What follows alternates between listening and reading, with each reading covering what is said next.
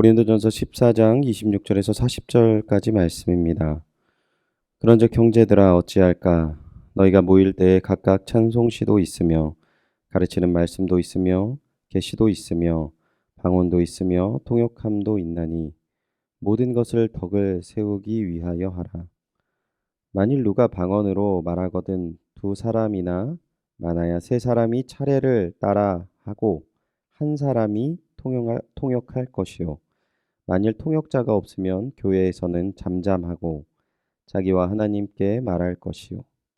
예언하는 자는 둘이나 셋이나 말하고 다른 이들은 분별할 것이요. 만일 곁에 앉아 있는 다른 이에게 계시가 있으면 먼저 하던 자는 잠잠할지니라. 너희는 다 모든 사람으로 배우게 하고 모든 사람으로 권면을 받게 하기 위하여 하나씩 하나씩 예언할 수 있느니라.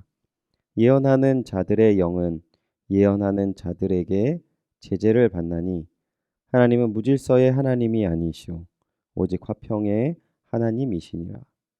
모든 성도가 교회에서 함과 같이 여자는 교회에서 잠잠하라. 그들에게는 말하는 것이 허락함이 없나니 율법에 이른 것 같이 오직 복종할 것이요. 만일 무엇을 배우려거든 집에서 자기 남편에게 물을지니 여자가 교회에서 말하는 것은 부끄러운 것이라. 하나님의 말씀이 너희로부터 난 것이냐 또는 너희에게만 임한 것이냐.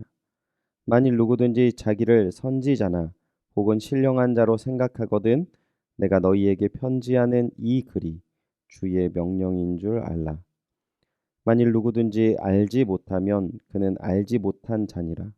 그런즉 내 형제들아 예언하기를 사모하며 방언 말하기를 금하지 말라. 모든 것을 품위 있게 하고 질서 있게 하라. 아멘. 품위 있고 질서 있게라는 제목으로 하나님의 말씀 전하겠습니다. 오늘 우리가 함께 읽은 본문은 고린도 교회가 그 교회 안에 성령의 은사, 특별히 방언과 예언의 문제, 그리고 문제를 일으키는 아내들에 대한 실제적인 지침을 다루고 있습니다. 본문을 통해서 추정해 볼 수 있는 문제들은 예배 가운데 방언이 무질서하게 쏟아져 나오는 상황을 예상할 수 있습니다. 또한 예언에 대해서도 한 사람이 예언을 할 때 또 다른 사람이 전혀 다른 예언을 하므로 누가 어떻게 또 어떠한 말을 하는지를 잘 살펴볼 수 없는 상황으로 마지막에 교회의 모임이 무질서해지는 상황까지 가는 그러한 문제들을 다루고 있습니다. 이러한 상황 속에서 바울은 특별히 교회 예배 상황에 대한 실제적인 지침들과 원리의 내용을 담고 있습니다. 이 전체의 내용을 크게 두 가지 방법으로 바울은 제안을 하는데요. 본문 40절에 그 내용을 담고 있습니다. 40절입니다. 모든 것을 품위 있게 하고 질서 있게 하라.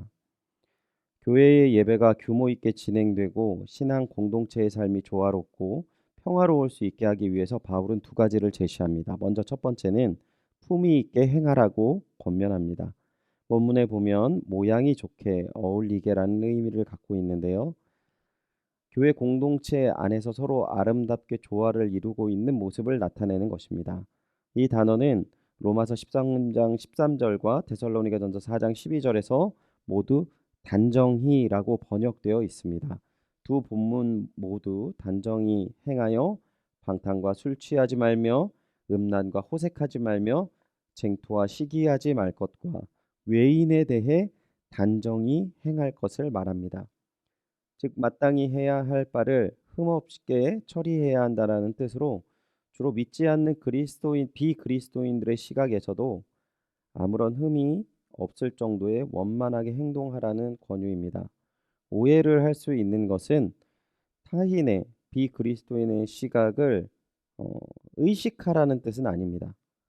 본문 하반절을 26절 하반절을 보면 바울이 이야기하는 내용이 이렇습니다. 방언도 있고 통함도 있나니 모든 것을 덕을 세우기 위하여 하라. 그러니까 방언하고 예언하는 모든 과정에서 자신의 의를 세우기 위한 방편들로 혼잡하게 하는 상태가 고린도 교회 안에 있었던 것 같습니다. 그래서 바울이 방언이나 통함이나 예언이나 하는 것을 멈추지 말라고 하지만 이 모든 것은 덕을 세우기 위하라고 권면하는 것입니다. 우리의 예배의 모습이 오늘날 모습을 갖기에는 이러한 과정을 겪었던 것이죠. 그래서 꼭 통역할 자와 정해진 숫자에 한해서 방언과 예언할 것을 권면하고 있는 것입니다. 오랫동안 교회에 다니고 또 사역을 하면서 가끔씩 느끼는 것은 어, 저의 생각이 믿지 않는 사람, 비그리스도인과 너무 동떨어진 생활과 생각을 하는 것이 아닌가 이런 생각이 들 때가 있습니다. 때문에 저의 생각이나 행동이 세상 사람들이 이해할 수 없는 생각과 행동이 나올 때가 있는 것이죠. 교회 목적과 방향이 복음을 전하는 것에 있다면 우리의 생각과 행동은 품위 있고 단정하게 해야 그들에게 복음을 전할 수 있는데 전혀 비그리스도인들의 생각과 상황을 이해하지 못하는 경우가 있을 수 있다라는 것입니다. 당시 고린도 교회는 은사로 인해 내가 더 나은 은사를 소유하고 있다 다투기도 하였습니다. 하지만 그러한 하나님의 은혜로 인한 다툼이 일어나는 것을 세상 사람들이 볼 때 이해하지 못하는 것은 당연한 것이죠. 그래서 바울은 먼저 권면합니다. 품위 있게 진행을 하라. 우리의 존재의 목적과 모습이 객관적으로 타인의 입장에서 합리적으로 온전한 방법이 신앙생활에도 요구가 된다라는 것은 바울이 이야기하는 것입니다. 두 번째는 질서 있게 행하라고 권면합니다. 질서 있게로 번역된 원문은 카타탁신이라는 헬라어인데요. 군대 용어로 쓰였습니다. 순서대로라는 뜻을 지니고 있는데 군대의 공동체적 질서와 회화적인 모습을 보여주는 단어가 이 단어입니다. 그러니까 개인적인 독주를 삼가할 것과 다른 사람들의 모습을 수용하는 것입니다. 그러니까 나만 혼자 모든 것들을 다 소유하고 누리는 것이 아니라 기회가 동일하게 한 번씩 돌아가는 모습을 이야기하는 것이죠. 이러한 행동과 규칙에 따라 행동하는 삶의 태도를 가져야 된다라고 바울이 이야기합니다. 본문 33절에 보면은 하나님은 무질서의 하나님이 아니시오 오직 화평의 하나님이시니라라고 말씀하십니다.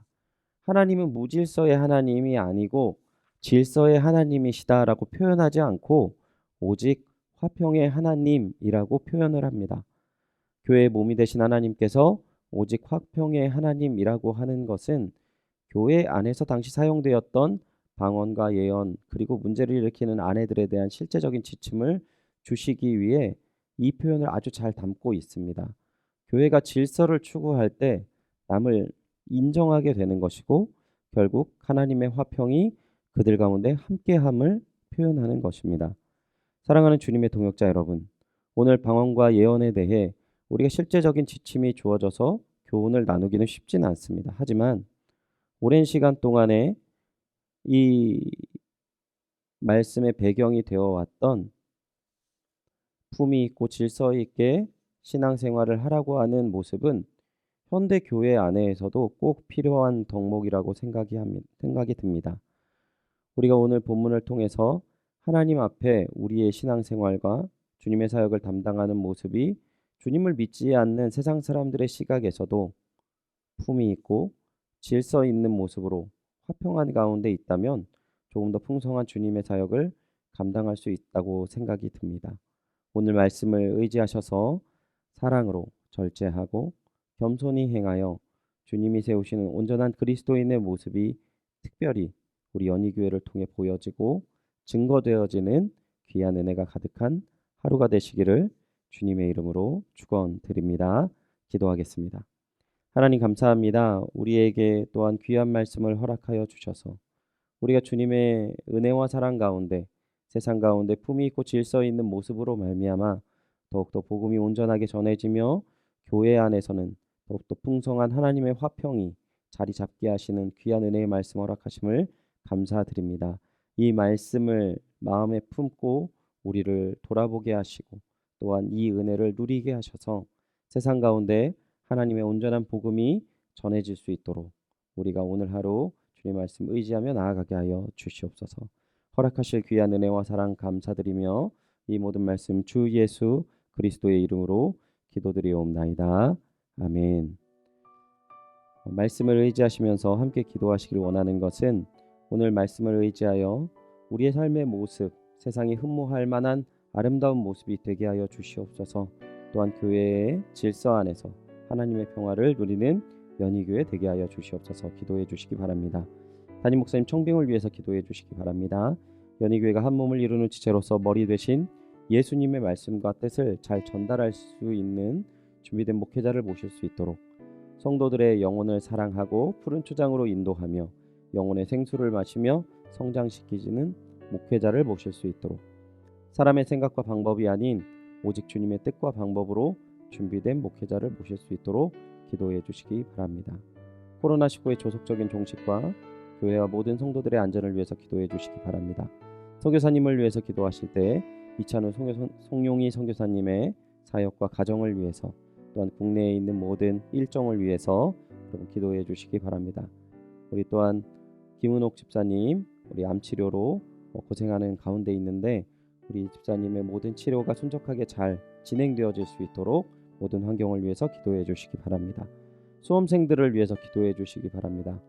코로나로 인해서 어려운 상황 가운데서도 수능 시험이 12월 3일 준비되어 있습니다. 입시를 잘 준비할 수 있도록 기도해 주시기 바랍니다.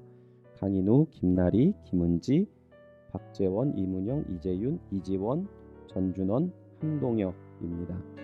기억하시고 꼭 한 명 한 명씩 수능 시험을 잘 준비할 수 있도록 입시를 잘 준비할수록 기도해 주시기 바랍니다. 다 같이 기도하겠습니다.